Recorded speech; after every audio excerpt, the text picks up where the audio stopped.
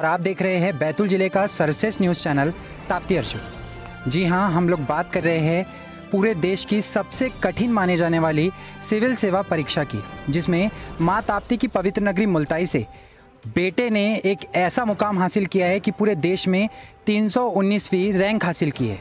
तो आइए आज हम आपको उनसे मिलवाते हैं, रूबरू करवाते हैं। नमस्कार। धन्यवाद। तो सबसे पहले हम आपसे पूछना चाहेंगे आपका नाम और अपना जो भी है दर्शकों को अपना परिचय दीजिए। जी, मेरा नाम लोकेश भारंगे है। मैंने अपनी जो प्रारंभिक शिक्षा है यहाँ मुल्ताई के रेड रोज़ स्कूल से की है। 12th मैंने सर्वोदय हायर सेकेंडरी स्कूल से किया है। उसके बाद 2016 से 2020 तक के बीटेक मैकेनिकल इंजीनियरिंग में किया है IIIT जबलपुर से।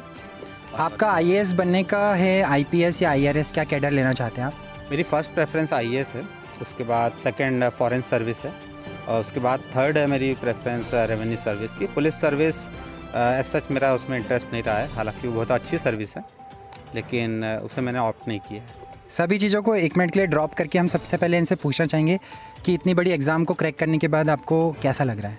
बिल्कुल बहुत खुश हूँ, माता पिता भी बहुत खुश है। बहुत लंबी जर्नी रही है मेरी, लगभग 3 से 4 साल से अधिक का समय मैं इस एग्ज़ाम में इन्वॉल्व रहा हूँ और फाइनली आज जो मैं चाहता था वैसा रिज़ल्ट आया है, तो बहुत खुश हूँ। कई लोग रैंक भी सुधारते हैं, आप इस ओर कहीं जाने वाले हैं रैंक सुधारने के लिए, री एग्ज़ाम देना चाहते हैं या फिर संतुष्ट हैं? जहाँ तक मुझे उम्मीद है, मैं ओबीसी से बिलोंग करता हूँ, तो फर्स्ट प्रेफरेंस मेरी आईएएस है और लास्ट ईयर जिस रैंक तक के अलॉट हुआ था, तो मुझे उम्मीद है कि फ़र्स्ट प्रेफरेंस मुझे अलॉट होंगी। इन केस अगर सेकंड नहीं भी होती है तो सेकंड मेरी फॉरेन सर्विस है और दोनों ही केस में एग्ज़ाम देने की आवश्यकता नहीं होती। इस कारण से इस बार जो अगला अटैम्प्ट है, जिसका मैंने अभी फॉर्म फिल किया हुआ है, तो उसमें बैठने की मुझे आवश्यकता नहीं है। तो देश में 319वीं रैंक लाना अपने आप में बहुत बड़ी उपलब्धि है। ये एक तरह से मजाक हम किसी भी श्रेणी में रख नहीं सकते, इसके पीछे बहुत ज़्यादा तैयारियां होगी और मुल्ताई नगर में लगभग ऐसा पहली बार हो रहा है, इतिहास रचा है इन्होंने। हम ये उम्मीद करेंगे कि ये मुल्ताई नगर वासियों को बहुत सारा गाइडेंस करे, मार्गदर्शन करे। ये एक तरह से शुरुआत हो मुल्ताई वासियों के लिए कि हमने भी आईएएस की फील्ड में कदम रख दिया है। तो हम लोकेश जी से ये पूछना चाहते हैं कि आप मुल्ताई नगर वासियों का किस हद तक सहयोग कर सकते हैं, उनको किस हद तक मार्गदर्शित कर सकते हैं? जी बिल्कुल, चूँकि इस बार मेरा चयन हुआ है तो बहुत से बच्चे मुल्ताई के प्रेरित भी हुए हैं मुझसे, तो मैं कई सारे माध्यम जैसे कि टेलीग्राम के ज़रिए, यूट्यूब के ज़रिए या फिर मेरा भी पर्सनल जो आप जैसे वीडियो ले रहे हैं, इसके थ्रू भी कनेक्ट कर रहा हूँ बहुत लोगों से। टेलीग्राम्स पे मेरे ऐसे कई सारे ग्रुप्स बने हुए हैं जिससे मैं गाइडेंस करते रहता हूँ और पर्सनली भी मैं अपने घर पे अवेलेबल हूँ। तो मुल्ताई नगर वासियों को मार्गदर्शन देने की बात हमने लोकेश जी से जानी। इसके बाद हम आगे बढ़ते हैं और इनसे जानते हैं थोड़ा सा यूपीएससी के बारे में, जो हमारे दर्शक रेगुलरली हमको देखते हैं। दिल्ली, मुंबई से भी हमारे कुछ विद्यार्थी देखते रहते हैं जो कि कुछ यहाँ से मुल्ताई से आईएएस करने के लिए गए हुए हैं। तो हम उनको बताना चाहेंगे कि इन्होंने बिना कोचिंग के आईएएस किया है। आपका माध्यम कौन सा था, मीडियम? मेंस तक के इंग्लिश मीडियम था, प्रीलिम्स और मेंस। इंटरव्यू मैंने इस बार हिंदी में दिया था। तो ऐसा कर सकते हैं अपन, हिंदी इंग्लिश चेंज कर सकते हैं, लैंग्वेज प्रेफर कर, क्योंकि ऐसा होता है ना कि जिनका हिंदी होता है, इंग्लिश होता है, कई बार इंग्लिश मीडियम के बच्चे भी इंग्लिश नहीं बोल पाते इंटरव्यू में जाके। माध्यम का यूपीएससी इस मामले में बहुत फ्लेक्सिबल है। आप इंग्लिश में भी पेपर दे सकते हैं और लिखित के पेपर्स, और इंटरव्यू बिल्कुल हिंदी में दे सकते हैं। तो इसमें जितनी भी संविधान में जो 22 भाषाएं मेंशन्ड है, उसमें से हम जिस भी भाषा में चाहे उस भाषा में इंटरव्यू दे सकते हैं। आपका सब्जेक्ट कौन सा रहा? मेरा ऑप्शनल सब्जेक्ट सोशियोलॉजी था। और आपकी मतलब जो प्राथमिक जो शिक्षा हुई थी वो उसमें सब्जेक्ट साइंस था शायद? हाँ जी हाँ, फिजिक्स, केमिस्ट्री, मैथ्स। तो जब एक साइंस वाला स्टूडेंट आर्ट साइड में जाता है तो उसको किस हद तक कठिनाइयों का सामना करना पड़ता है? जब हम फिजिक्स, केमिस्ट्री, मैथ्स के साथ हमारा एक टेक्निकल बैकग्राउंड से एजुकेशन होता है, तो बहुत ही फैक्चुअल टाइप का एजुकेशन होता है। हम वहाँ पे एमसीक्यू सॉल्व करते हैं। लेकिन जब हम आर्ट साइड का सब्जेक्ट लेते हैं तो इसमें सब्जेक्टिविटी बहुत हाई होती है।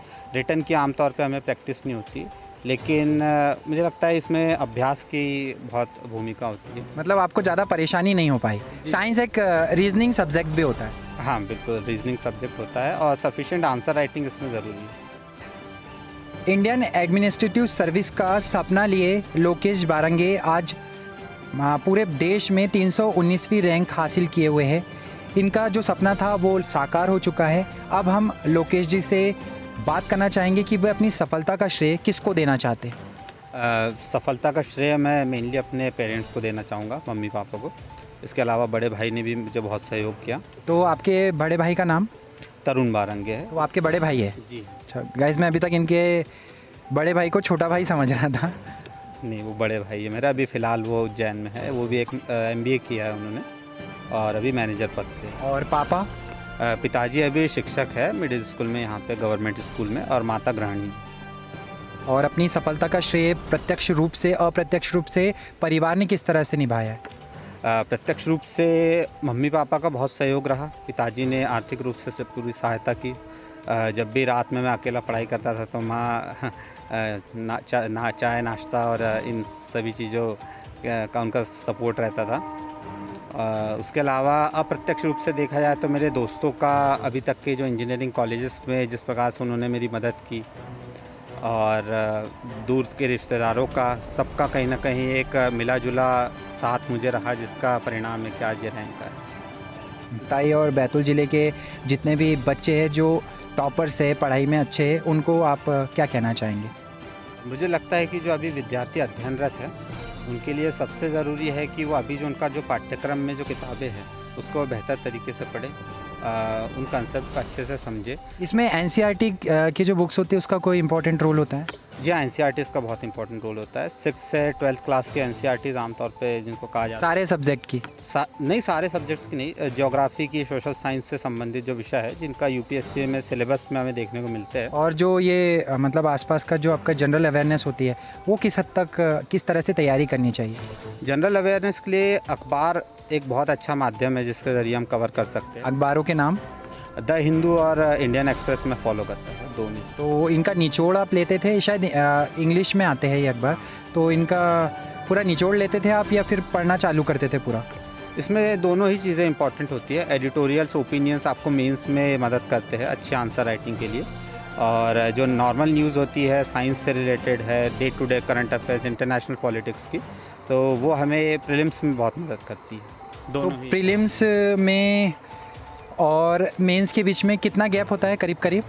लगभग 3 महीने का गैप मिलता है। तो जो विद्यार्थी अगर वो सिविल सर्विसेज एग्ज़ाम की तैयारी कर रहा है तो वो डायरेक्ट मेन की तैयारी करें या फिर पहले प्रीलिम को क्लियर करे और फिर 3 महीने के दरमियान वो तैयारी करे? मुझे लगता है इंटीग्रेटेड अप्रोच इसमें अपनाना चाहिए, क्योंकि सरल भाषा में यानी एकीकृत तरीके से हम इसको कह सकते हैं। मतलब अलग अलग तैयारी करना चाहिए? तैयारी नहीं करना चाहिए, एक ही पूरे एग्ज़ाम की तैयारी करना चाहिए, क्योंकि प्रीलिम्स की भी रिक्वायरमेंट बहुत हद तक इंटरव्यू से मैच करती है और मेंस की रिक्वायरमेंट भी आपस में मैच करती है, तो बहुत सा सिलेबस कोइंसाइड करता है, मिला जुला रहता है। तो मुझे लगता है तीनों को एक रूप में देखते हुए तैयारी करना चाहिए, क्योंकि अल्टीमेटली सबका एम होता है कि फाइनल सिलेक्शन हो। तो सिर्फ प्रीलिम्स की तैयारी करना मुझे लगता है एक अधूरी प्रिपरेशन हो। तो लोकेश बारंगे जिन्होंने UPSC में 319वीं रैंक हासिल करी है, ताप्ती अर्जुन मीडिया की तरफ से आपको बहुत बहुत शुभकामनाएं। आने वाले भविष्य के लिए, उज्जवल भविष्य के लिए भी हम आपको हार्दिक बधाई देते हैं। आपके माता पिता और आपके परिवारजनों को भी हमारी तरफ से शुभकामनाएं। तो दर्शकों, हम ऐसी पर्सनालिटी के साथ आपको मिलाते रहेंगे। ये थे लोकेश बारंगे, और अब ये जल्द ही आपको IAS की रैंक पर हम भी इन्हें देखना चाहते हैं, और जब भी IAS बनेंगे तो सबसे पहला इंटरव्यू अब हमारा होगा। नमस्कार।